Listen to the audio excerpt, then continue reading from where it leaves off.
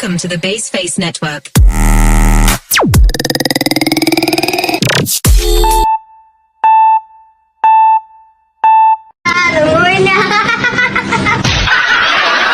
Proses packing snack.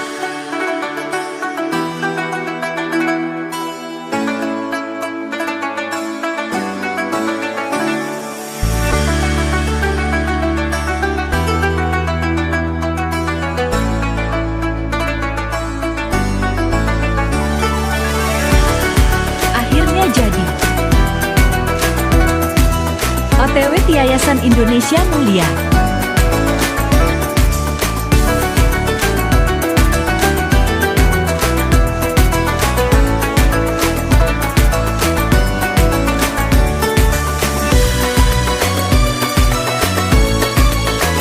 Alhamdulillah sampai. Sesi salam-salaman dulu.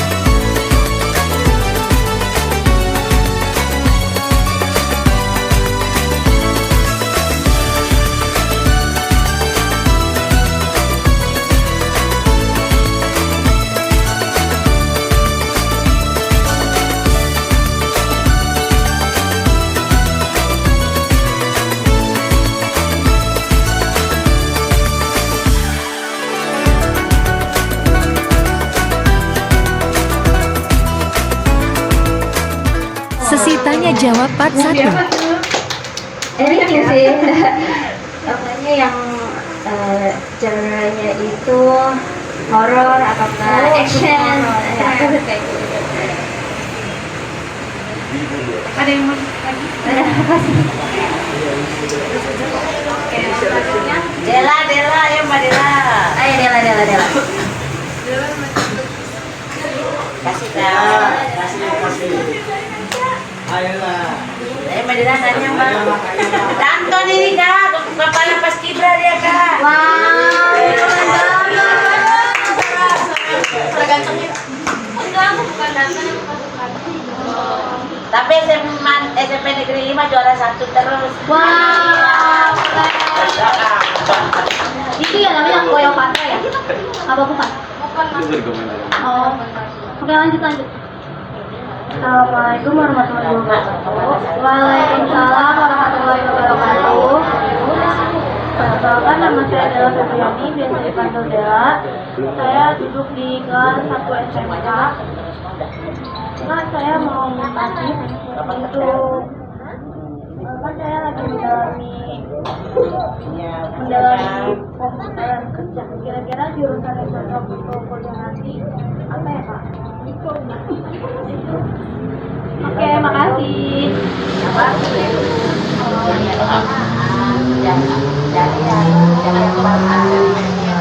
Aku mau jawab pertanyaannya. Kamu siapa tadi namanya?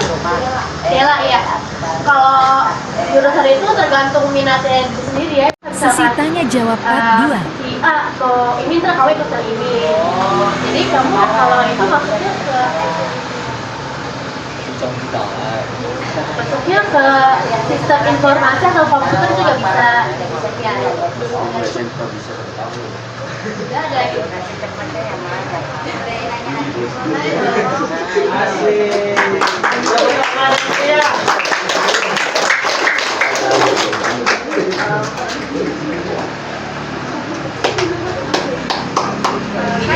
Kan kita itu kalau masuk kuliah kan pasti nggak gampang juga ya kan caranya, apalagi universitas yang kita pengen sama apa sih yang kita mau kan apa sih pasti lagi kita harus benar-benar belajar benar-benar giat banget gitu loh supaya bisa masuk, apalagi kayak harus rebutan sama yang lain gitu. Boleh nggak sih Kak kasih tips and tricks supaya bisa lulus gitu loh buat kayak gitu. Terima kasih.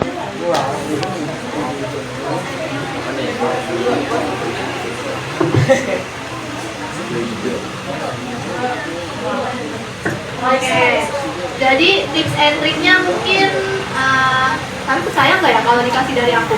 Soalnya aku ditolak PTN banyak loh. Jadi masuknya ke BSI, padahal BSI itu kayak bukan pilihan utama aku, tapi nggak apa-apa lah ya, bersyukur aja. Sesi tanya jawab part 3. Terus selanjutnya kalau misalnya nih amit-amitnya ya adik-adik ketolak dari jalur SNBP atau jalur prestasi, jadi mau gak mau ikut jalur tes atau namanya SNBT di zamannya kakak ya. Itu kalian bisa caranya sering-sering latihan soal, karena tuh subtesnya banyak. Waktu di zaman kakak tuh ada 7 subtes, ada matematika, bahasa Indonesia, pemahaman dan penalaran. Pokoknya tuh kayak di zaman SMA kita tuh gak terlalu dilatih. Sedangkan di SMA itu banyak belajarnya tentang pelajaran wajib untuk SMA aja, kayak IPS, IPA. Sedangkan di di pelajaran ujiannya itu ada kayak misalnya pemahaman penalaran, itu kan nggak ada tuh di SMA. Jadi harus sering berlatih lewat buku, lewat internet, YouTube, sering-sering ditonton. Waktu itu aku juga sempat nyari-nyari tahu channel YouTube yang isinya pelajaran atau yang isinya ngebahas tentang UTBK. Jadi digeluti terus tuh kayak rajin-rajin belajar. Mungkin kalau temen ngajak main bisa dikurang-kurangin, apalagi udah kelas 12 itu udah wajib banget nyicil. Nah, terus terakhir itu kayak ya udah berserah diri kepada Allah. Kalau kita udah usaha, udah yang semampunya. Karena kalau udah belajar usaha keras juga itu belum jadi penentu atau awal utama buat kalian bisa dapat PTN yang kalian mau, karena bisa aja takdir berkata lain kan. Allah nggak mengizinkan kita di perguruan tinggi negeri gitu, bisa aja masuk ke swasta itu jalan terbaiknya gitu sih. Mungkin dari Kak Mas Ayu ada Sesi tanya jawab part 4. Jadi kalau mau cita-cita tentara atau polisi, aku saranin kalian udah mulai daftar itu dari SMA juga bisa, dari kelas 3. Terus juga harus banyak latihan fisik, itu lari tuh harus banget, dan tesnya itu banyak banget, benar-benar banyak banget. Jadi harus tes psikologi, terus tes kesehatan. Jadi untuk kesehatan tuh dijaga banget, dari mata, fisik itu dijaga banget. Jadi kalau mau yang cita-cita TNI polisi tuh dipersiapkan fisiknya gitu. Nah, soalnya ayahnya Nabila ini tentara, jadi kayak misalnya kalian kalau berbagi pengalaman, jadi kalau misalkan nanti kalian ada yang mau ditanya-tanya lagi bisa hubungin Kak Nabila gitu kan ya.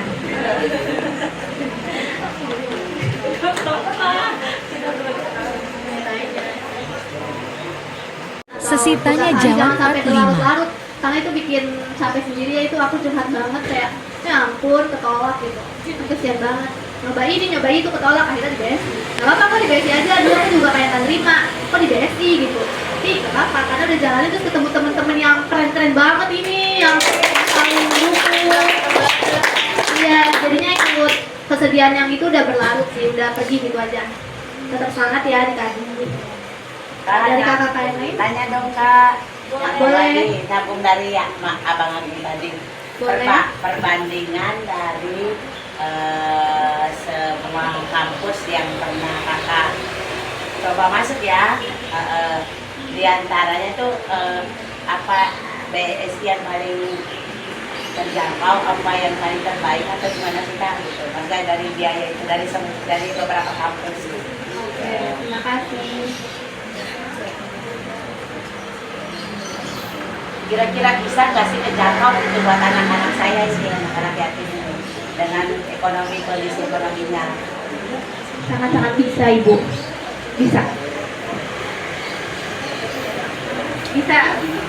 Soalnya aku juga gimana ya, dibilang terlalu ada ekonominya juga enggak, tapi pilih di BSI ini satu karena emang jauh lebih murah ya dibanding kampus-kampus yang lain. Karena meskipun aku tujuan kuliah karena orang tua, tapi juga sebagai anak nggak mau bebanin orang tua. Nah makanya saya pilih di BSI. Jadi buat semuanya tuh bisa lewat jalur prestasi juga di BSI. Jadi itu tanpa biaya ya Ibu gitu kan. Nanti tinggal ditunggu pendaftarannya aja dibuka buat jalur prestasi.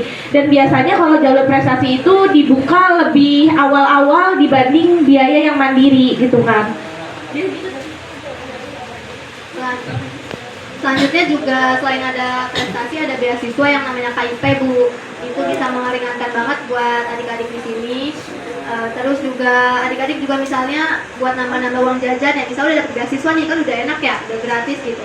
Adik-adik mau nambah uang jajan biar nggak merepotkan yang lainnya gitu. Bisa jadi aktif di kampus nih, bisa ikut organisasi atau volunteer. Kalian tau nggak volunteer itu apa?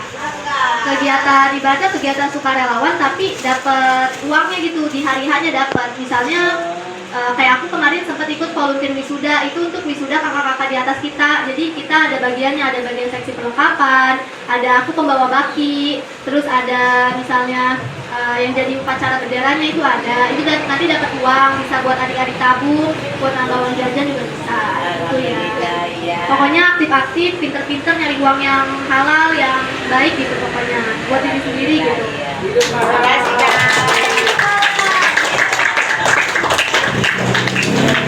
Berarti tidak ada halangan dan rintangan apapun buat anak-anak ya. Betul. Ya, nggak ada yang nggak mungkin gitu. Ya, dari anak-anak. Bisa, ya betul. Oke, karena waktunya udah di penghujung acara ya.